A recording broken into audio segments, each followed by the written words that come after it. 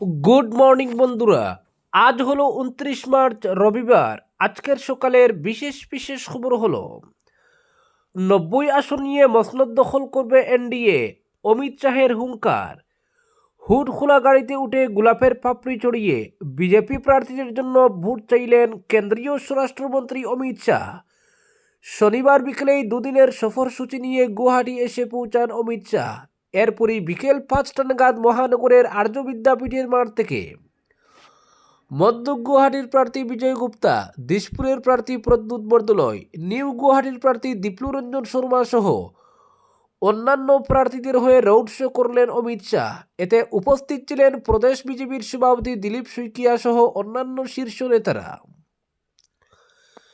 এদিন বিজেপি সরকারের আমলে আসামে বৈপ্লবিক পরিবর্তন হওয়ার দাবি করে নির্বাচনী প্রচার চালালেন তিনি। কিছুদিন আগেই বরাক উপত্যকায় দলীয় সভা সহ বেশ কিছু সরকারি প্রকল্পের উদ্বোধন ও শিলান্যাস করে গেছেন অমিত শাহ। শনিবার ফের তিনি দুদিনের সফরসূচি নিয়ে ব্রহ্মপুত্র উপত্যকায় পা রেখেছেন দলীয় প্রার্থীদের হয়ে প্রচারে। এদিন বিকেল 5টা নাগাদ গুয়াহাটি আর্যনগরের আর্য বিদ্যাপীঠের মাঠ থেকে পল্টন বাজার নেপালি মন্দির পর্যন্ত বিশাল রোড শোতে অংশ নেন তিনি। প্রায় লক্ষ লোকের উপস্থিতিতে এদিনের রোড শো চলে রাত প্রায় 8টা পর্যন্ত। গোটা মিছিলে স্বরাষ্ট্রমন্ত্রী বিশেষ কোনো বক্তব্য না রাখলেও এবারের নির্বাচনে আসামে বিজেপি তথা এনডিএ যে 90টির বেশি আসন পাবে তা জোর গলায় বলেছেন তিনি। অবশ্য এই বিশাল রোড শোর পর গুয়াহাটির অটল বিহারী বাজপেয়ী ভবনে দলীয় শীর্ষ নেতাদের সঙ্গে নির্বাচন কেন্দ্রিক বৈঠকে বসেছেন তিনি। এদিনের রোড শো বিকেল 3টা 45 শুরু হওয়ার কথা থাকলেও প্রায় 5টা নাগাদ আর্য বিদ্যাপীঠের মাঠ থেকে শুরু হয়ে র্যালি।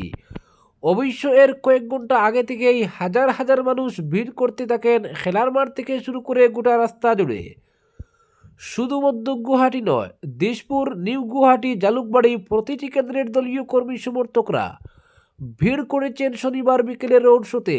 ফলে এই মিছিলের শুরু থেকেই দেখতে পাওয়া গেছে জনজোয়ার।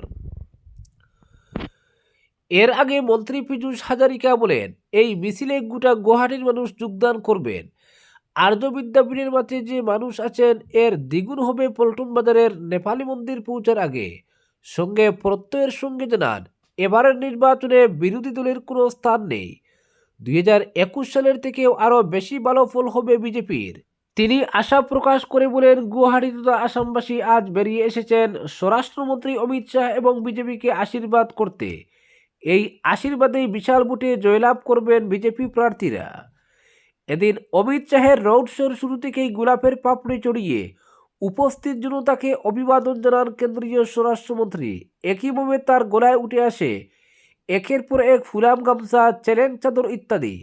শুধু তাই নয়, এই গোটা পথ জুড়ে বিভিন্ন স্থানে আয়োজন করা হয় জনগোষ্ঠীয় নৃত্য গীতের এক উৎসবমুখর পরিবেশে শনিবার প্রায় 3 ঘন্টা ধরে রোড শো করেছেন অমিত শাহ। আর এই বিশাল মিছিলের উচ্ছ্বাস দেখেই পরিষ্কার, এবারের নির্বাচনে বিজেপিকে টেক্কা দেওয়া খুব একটা সহজ হবে না বিরোধী দলগুলির পক্ষে। অপরদিকে বৃষ্টিকে উপেক্ষা করে শিলচরে রাজদীপ রায়ের পদযাত্রা। প্রতিকূল আবহাওয়াকে উপেক্ষা করে শনিবার সকালে শিলচরে জোর কদমে নির্বাচনী প্রচারে নামলেন বিজেপি প্রার্থী ডক্টর রাজদীপ রায়।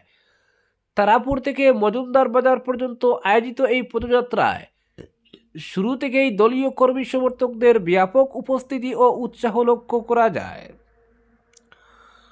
সকাল থেকে টানা বৃষ্টি হলেও প্রচারের গতিতে তার কোনো প্রভাব পড়েনি। ছাতা ও রেইনকোট নিয়েই পদযাত্রায় অংশ নেন কর্মী সমর্থকরা। পদযাত্রার পথে সাধারণ মানুষের সঙ্গে মত বিনিময় করেন রাজদীপ রায়, শুনেন তাদের নানা সমস্যার কথা ও উন্নয়নের আশ্বাস দেন।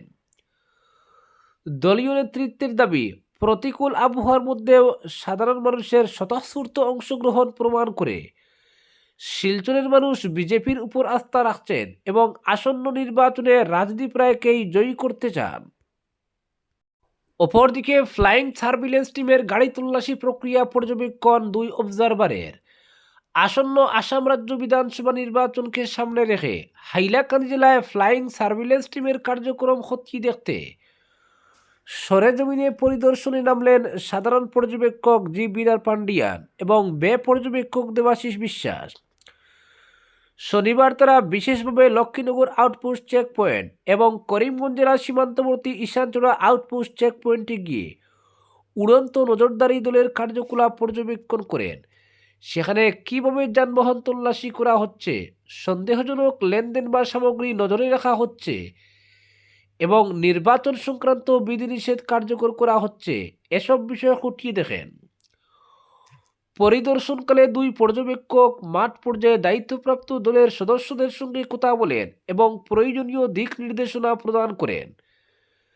নির্বাচনী আচরণবিধি সঠিকভাবে বাস্তবায়নে এই নজরদারি দলের ভূমিকা অত্যন্ত গুরুত্বপূর্ণ বলেও তারা উল্লেখ করেন। জেলা প্রশাসনের পক্ষ থেকে জানানো হয়েছে, নির্বাচনকে অবাধ ও শান্তিপূর্ণ করতে জেলার বিভিন্ন গুরুত্বপূর্ণ স্থানে নজরদারি আরও জোরদার করা হয়েছে এবং সংশ্লিষ্ট সব দলকে সর্বোচ্চ সতর্কতার সঙ্গে দায়িত্ব পালনের নির্দেশ দেওয়া হয়েছে। অপরদিকে দলাইয়ে দলবদ্ধ হামলা, গাড়ি ভাঙচুর, গুরুতর জখম মিজোরাম বিশ্ববিদ্যালয়ের অধ্যাপক। দলাই থানার অন্তর্গত হাওয়াইতাং গ্রামে দলবদ্ধ হামলার শিকার হলেন মিজোরাম বিশ্ববিদ্যালয়ের অধ্যাপক ইয়াহিয়া বখতিয়ার লস্কর। শনিবার দুপুর প্রায় 1টা নাগাদ এই চাঞ্চল্যকর ঘটনা ঘটে। জানা গেছে, নিকট আত্মীয়ের বিয়েতে যোগ দিতে 2 দিনের ছুটিতে বাড়িতে এসেছিলেন তিনি।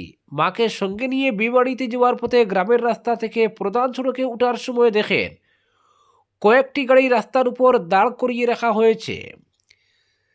একাধিকবার হর্ন দেওয়ার পরও কোনো সাড়া না পেয়ে তিনি পাশের একটি বাড়িতে গিয়ে গাড়িগুলি সরানোর অনুরোধ জানান। অভিযোগ, এর পরপরই একদল দুষ্কৃতী তার উপর চড়াও হয় এবং তার গাড়িতে ব্যাপক ভাঙচুর চালায়। হামলায় গুরুতর জখম হন অধ্যাপক লস্কর।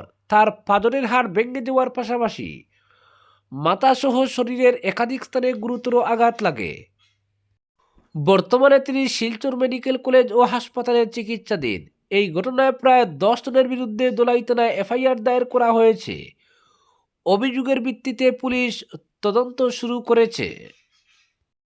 অপরদিকে 90,000 টন এলপিজি নিয়ে হরমুজ পেরোল ভারতীয় জাহাজ।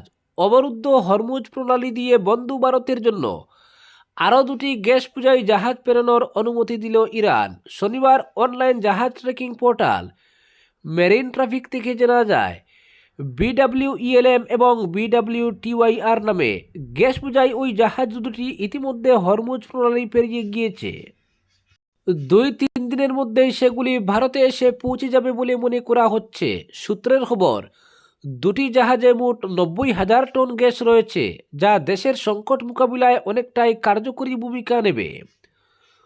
গত 1 মাস ধরে আমেরিকা ও ইসরায়েলের সঙ্গে যুদ্ধ চলছে ইরানের। এই যুদ্ধে আমেরিকা ও ইসরায়েলের উপর আন্তর্জাতিক চাপ বাড়াতে হরমুজ প্রণালী অবরুদ্ধ করার রণকৌশল নিয়েছে ইরান, যার প্রভাব পড়েছে ভারতেও।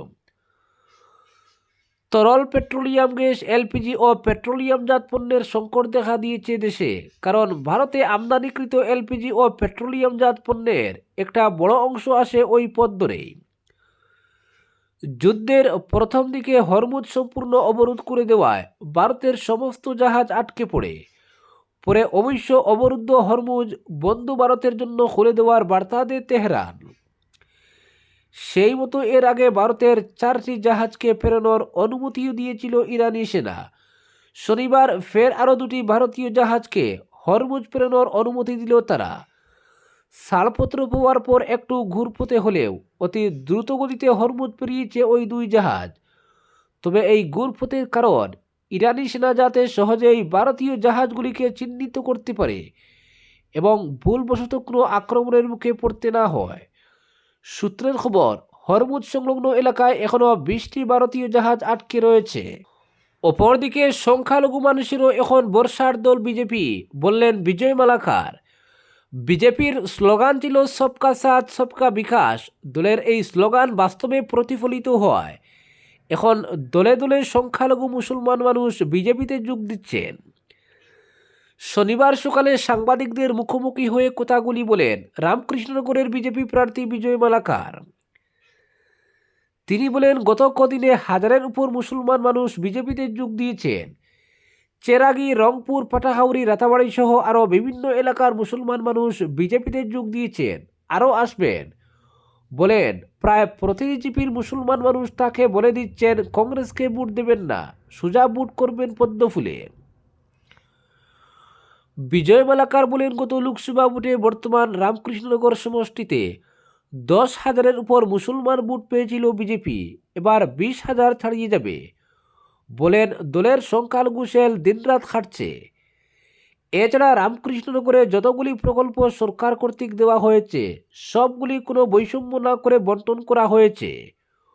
কংগ্রেস এদের সঙ্গে প্রতারণা করেছে, ভোট নিয়ে বিজেপির ভয় দেখিয়েছে, কিন্তু রাজ্যে এবং দেশে দল 10 বছর থেকে ক্ষমতায়, কিন্তু এদের লাভ ছাড়া কোনো ক্ষতি হয়নি। আর রামকৃষ্ণনগর বিধানসভায় রাস্তাঘাট থেকে শুরু করে আরও অনেক উন্নয়ন ঘটেছে মুসলমান এলাকায়, ফলে এদের অনেক সন্তুষ্টি রয়েছে। আজকের বিশেষ বিশেষ সংবাদ এখানেই সমাপ্ত।